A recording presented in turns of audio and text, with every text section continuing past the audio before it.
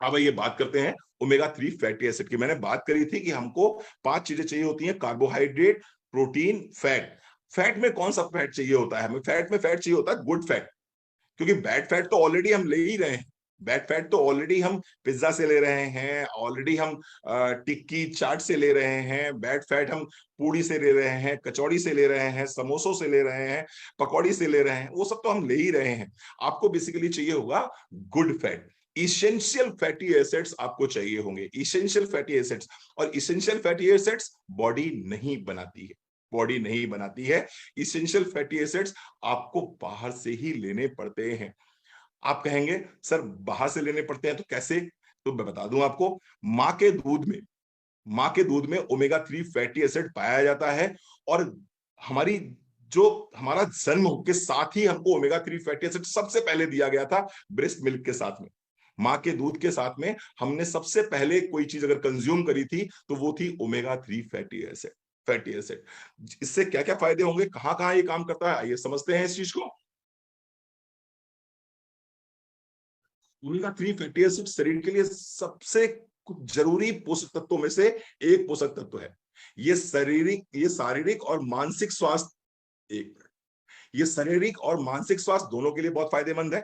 Omega 3 fatty acid poly unsaturated fatty acid के रूप में भी जाना जाता है, जो कि हृदय स्वास्थ्य से जुड़ा हुआ है। ओमेगा 3 एसिड 3 प्रकार के फैटी एसिड होते हैं जो हमारे शरीर को सूजन को कम करने जैसे कि जरूरी कामों में मदद करते हैं और कई बीमारियों से बचाते हैं। ओमेगा 3 फैटी एसिड की कमी होने पर आपको हार्मोनल इंबैलेंस, इसके साथ साथ में इम्यूनिटी आज से जुड़ी कई स्थितियों से गुजरना पड़ सकता है। एक एक चीजों को समझते हैं ध्यान से और फिर आपको पता चलेगा कि ये प्रोडक्ट हमारे लिए क्यों इंपॉर्टेंट है। सबसे पहले, आज की तारीख में सबसे ज्यादा डेथ अगर इंडिया में किसी एक कारण से हो रही है तो वो कारण है दिल की बीमारियां। आपने भी हाल फिलहाल सुना होगा, राजू श्रीवास्तव जी का नाम सुना होगा, आपने सिद्धार्थ शुक्ला जी का नाम सुना होगा, आपने के का नाम सुना होगा। ये सभी लोग आप देख रहे हैं कि अचानक से हार्ट अटैक आया है इनको, और बिल्कुल अपना काम परफॉर्म करते समय, अपने एक्शंस को परफॉर्म करते करते ये एकदम से अचानक दुनिया छोड़ के चले गए। रीजन क्या रहा? रीजन रहा कहीं ना कहीं हार्ट स्ट्रोक्स या फिर हार्ट अटैक, हार्ट फेलियर। मुख्य कारण क्या है? मुख्य कारण है ओमेगा 3 फैटी एसिड्स की कमी।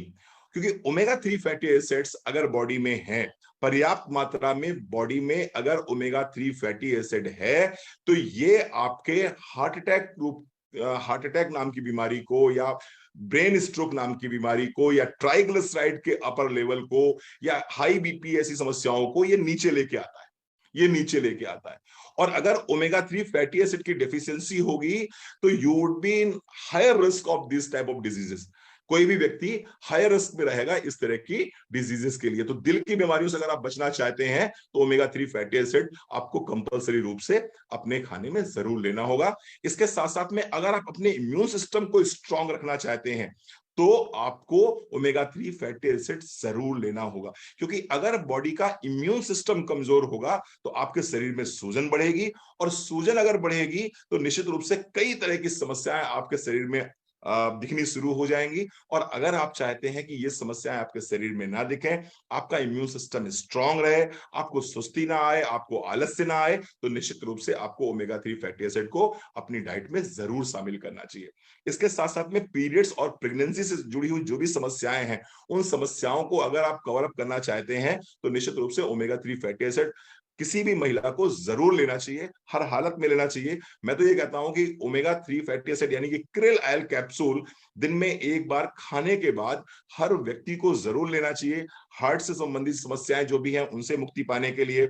इसके साथ साथ में अपने इम्यून सिस्टम को स्ट्रॉन्ग करने के लिए, फीमेल्स के लिए मैं बात करूंगा, तमाम तरह के जो हार्मोनल इंबैलेंस होते हैं, तमाम तरह के जो प्री मेंस्ट्रुअल सिंड्रोम होते हैं या पोस्ट मेनोपॉजल सिंड्रोम होते हैं, इन समस्याओं से बचने के लिए हर महिला को क्रिल आयल कैप्सूल दिन में एक बार जरूर लेना चाहिए।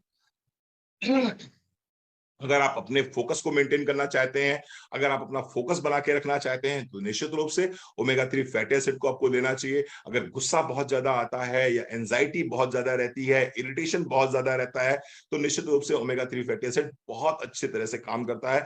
जिन बच्चों में, मैंने पहले ही बताया था, एडीएचडी की समस्या होती है, अटेंशन डेफिसिट हाइपरट्रॉफी डिजीज या डिसऑर्डर होता है, जो बच्चे एक जगह शांति से बैठते नहीं हैं, जो बच्चे ऊधम बहुत काटते हैं, बहुत मिसबिहेव्ड हो जाते हैं, बहुत ज्यादा एग्रेशन उनके अंदर अगर आ रहा है, तो उसके पीछे का मुख्य कारण है कि कहीं ना कहीं उनकी बॉडी में ओमेगा 3 फैटी एसिड की कमी पाई जा रही है। और अगर आप चाहते हैं कि आपके बच्चे ऐसे ना हो, तो ओमेगा 3 फैटी एसिड यानी कि क्रिल ऑयल का एक कैप्सूल पर डे खाने के बाद में अपने बच्चों को आपको जरूर देना चाहिए।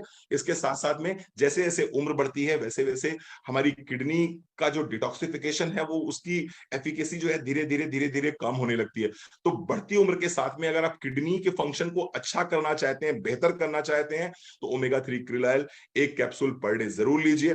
आंखों की समस्या के लिए मैंने पहले ही बताया था कि डीएचए नामक ओमेगा 3 फैटी एसिड आंखों के लिए बेहद जरूरी है। ये आपको मोतियाबिंद से बचा सकता है। साथ ही साथ में जिन लोगों को ड्राई आई सिंड्रोम की समस्या रहती है, ऐसे लोग अगर ओमेगा 3 क्रिल ऑयल कैप्सूल एक लेते हैं खाने के बाद में, तो उनको ड्राई आई सिंड्रोम की समस्या से निजात मिल सकती है।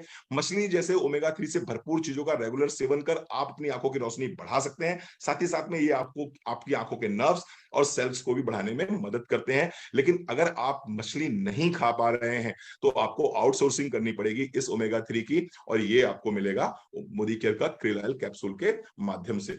जोड़ों के दर्द और जकड़न, ऑस्टियोपोरोसिस और गठिया, दो सामान्य विकार हैं जो आपको ओमेगा 3 की कमी के कारण हो सकते हैं। दरअसल ओमेगा 3 आपकी हड्डियों में कैल्शियम की मात्रा को बढ़ाकर हड्डियों की ताकत में सुधार करता है, जिससे कि ऑस्टियोपोरोसिस का खतरा कम हो जाता है, ऑस्टियोपेनिया का खतरा कम हो जाता है। ओमेगा 3 गठिया का भी इलाज कर सकता है। ओमेगा 3 को रेगुलर लेने से जोड़ों के दर्द को कम किया जा सकता है। बेसिकली मैंने पहले भी बताया था आपको, ओमेगा 3 स्वेलिंग को कंट्रोल करता है। आपकी बॉडी में जहां कहीं भी इन्फ्लेमेशन है, अगर आप इन्फ्लेमेशन को कंट्रोल करना चाहते हैं, तो इन्फ्लेमेशन को कंट्रोल करने के लिए आपको ओमेगा 3 का सेवन करना चाहिए, जैसे कि रिमेटॉइड आर्थराइटिस है, ऑस्टियो आर्थराइटिस है, सर्वाइकल स्पॉन्डिलोसिस है, लंबर स्पॉन्डिलोसिस है, फ्रोजन शोल्डर है।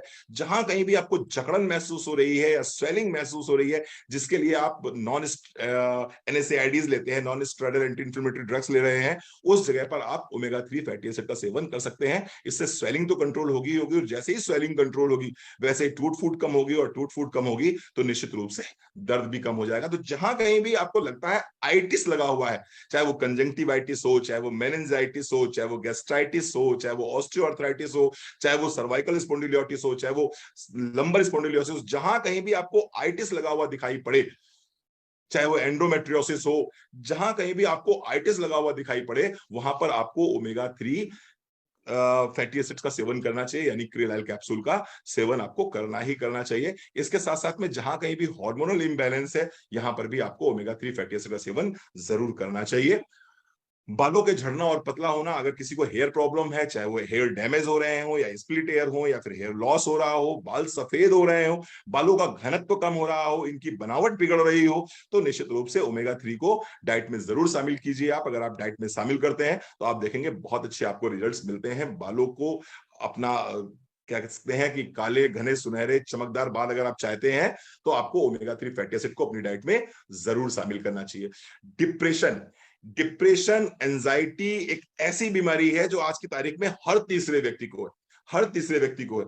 ओमेगा 3 फैट मस्तिष्क का एक आवश्यक घटक है, और ये न्यूरो प्रोटेक्टिव एंड और एंटी इंफ्लेमेटरी प्रभाव के लिए जाना जाता है। समझ लीजिए इस बात को, जो हमारा ब्रेन है, जो हमारा ब्रेन है, ये ब्रेन बेसिकली इसका जो मेन घटक है वो क्या है, वो फैटी एसिड्स है। और उन फैटी एसिड्स में से 40% क्या है, वो 40% है डीएचए, डीएचए।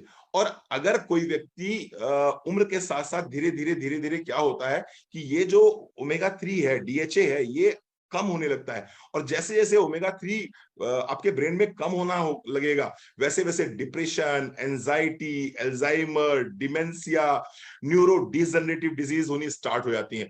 तो मस्तिष्क का अगर किसी भी तरह का विकार हो, चाहे वो एल्जाइमर हो, चाहे वो डिमेंशिया हो, चाहे वो डिप्रेशन हो, चाहे वो एंजाइटी हो, चाहे वो फॉरगेटफुलनेस हो, वहां पर आपको ओमेगा 3 फैटी एसिड्स की आउटसोर्सिंग जरूर करनी चाहिए। मूड स्विंग की समस्या आ रही है, क्रेविंग की समस्या आ रही है, यहां पर आपको ओमेगा 3 फैटी एसिड को जरूर लेना चाहिए।